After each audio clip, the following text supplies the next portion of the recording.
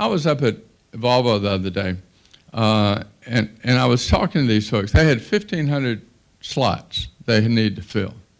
And this was published in the paper. This number was public. They had to go through 45,000 applicants to fill 1,500 slots. Think about that in a minute. 45,000 applicants for 1,500 slots. And I was talking to the folks at Daimler, and they said, oh, well, that's better than us. Our record's worse than that. And we've got a fundamental disconnect because our education system isn't providing the kind of job skills that we need. In a number of counties, Greenwood and Lawrence, those two little counties have said, if you graduate from high school in our county, we'll see that you have 2 years of technical training, and if you can't pay for it, we will. Now that's two little counties. If they can do it, there's no reason we in the whole state can do it. Technical education ought to be free if you can't afford it. We ought to eventually get to that with college and university. But if two counties can do it, we can do that statewide. And again, it's just the beginning, but it's about making that skills gap work with what we need, because eventually, all these guys like Boeing and all these German companies and French companies, Hans, the accountant over in Munich, is going to look down at his spreadsheet one day and say, wait a minute, that 6 flipped to a 7. All of a sudden, South Carolina is not productive anymore if we can't get decent people. Call up the guys in Bamberg and tell them we're moving to Mexico. And they'll go just as quickly as they came. It happened to us a generation ago with textiles. And we should be under no illusions that if we don't get it fixed, they're gone. They're gone. And it means not taking these sort of micro segments approaches to job training, to employment training. It's got to be broad and comprehensive and based on 21st century job skills. And we're not doing that. We're not looking at it in a big and broad enough way. When you talked about public education, we've seen some progress in some of our schools, but some of our other schools still lag behind. What sort of proposals would you like to implement if you were elected governor in the K through 12 system? If we don't fix education in this state, nothing else is really going to matter. It really won't. And to fix education in this state, we need to totally reinvent public education from not just pre-K, but prenatal to post-grad. We need to get out a clean white piece of paper, a yellow number 2 pencil with an eraser on top, and just totally reinvent public education. And we ought to examine, there are 49 other states that are doing it better than we do. It ain't like we're going to screw this up, folks. We're already at the bottom. And what we got to do is we got to have three principles. Number one, whatever we do has got to promote the health and safety and welfare of the kids, number one. Number two, we've got to make absolutely sure that public money goes to public education. Not public money to private education, but public money to public education. And number three, whatever we do has got to lead to less segregation and not more segregation in South Carolina. Now, beyond that, I think everything ought to be on the table. I think we ought to have a radical reappraisal of everything we do. Our whole education system was developed in the industrial or even agricultural age. It doesn't make sense anymore.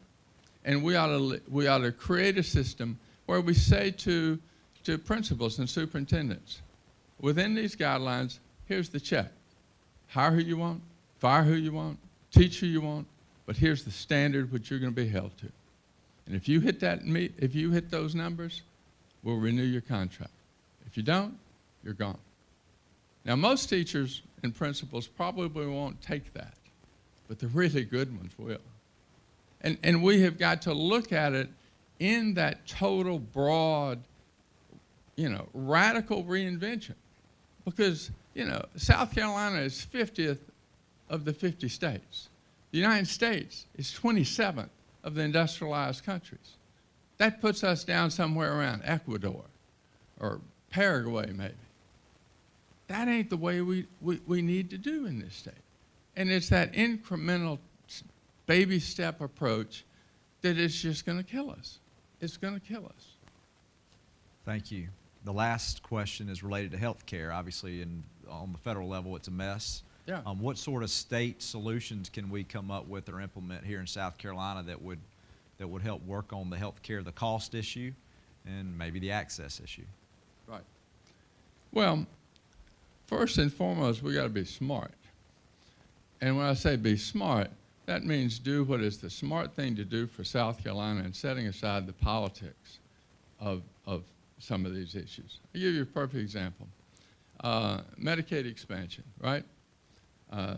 Federal government came along as a part of the Affordable Care Act, that whole package, and says, we will provide, how much was it? Some $8 billion, some huge amount of money. We will give this to you in the state of South Carolina.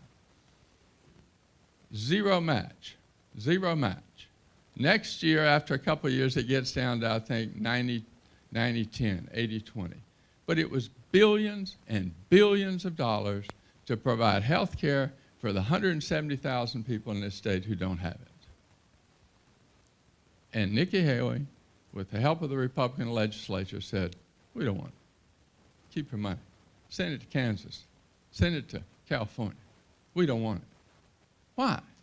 Because Obama wanted it. If Obama's for it, we're against it. If the Republicans are for it, the Democrats are against it. And it's stupid. It's just plain stupid. And that money, to say nothing of the health care, that money pumped into South Carolina's economy would have put nurses to work, healthcare practitioners. We could have avoided closing some of these rural hospitals that we've had to close because we're driven by this sort of ideological fixation that if one side's for it, the other side's against it. And we're doing stupid stuff. And healthcare is the perfect example. I mean, you look at every study in the world that says, where do you need to invest money to have the greatest impact in people's lives in a positive way? It's young people. It's young people. Every dollar that's invested between the ages of 0 and 3 has a return on investment of 11 to 1 in society. If you wait till you get to high school, it's about a 2 to 1 match, 2 to 1 return on investment. If you wait till they're out of school and you're into job training, it flips to about 3 for every 2 jobs. But what did we do? We cut childhood health care projects. We cut them. That's dumb. It's just dumb because we get caught up in the politics and the ideology and the reflex reaction of these guys are for it, so I got to be against it. And you can't succeed as a state very long and be stupid. And we have made some very stupid decisions in this state, and we don't need to. We're a great state. We've got enormous potential, huge potential. But we've got to start being smart about how we govern this state and not just react to knee-jerk political dog whistle issues that divide us and separate us and make us do dumb things. Thank you. And with that, do you have any closing remarks you'd like to leave us with? No, yes, I do. I want to return to where I began, which is the broken and dysfunctional government that we've got in Columbia because of the role of money and corruption. And the utility stuff is the perfect example of that. You know, every one of you in your business and every one of you in your home is being asked to pay your share of what amounts to about $9 billion because of what happened with South Carolina Electric and Gas and Santee Cooper. You are. That's what they're asking. And it was a total 100% creation of the Base Load Review Act, which was passed by the legislature with virtually no dissenting votes and sat there for 10 years and let it run. And let it run. And now we've got a situation where, wow, we got to investigate this. So the legislature says we're going to investigate this, right? There are 32 members of the committees to investigate it. 32 of them. Every single one of them has taken money from the utilities. Every one. And I said, they ought to give the money back. You know, and 4 of them did. 166 did not. Did not. Now, explain to me how it's not a conflict of interest to take money from the person and the organizations you're supposed to be investigating. Now, I don't understand that.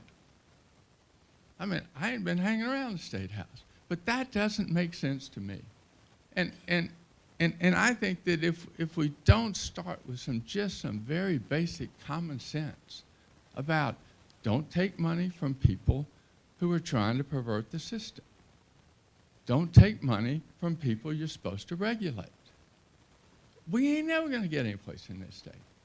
And that's why I'm running. It's that simple. We need outsiders who will take on the broken and corrupt system with some sense of reform, some sense of reinventing education to make it happen. And that's what we got to do. And I want your help. Thank you, Phil Noble.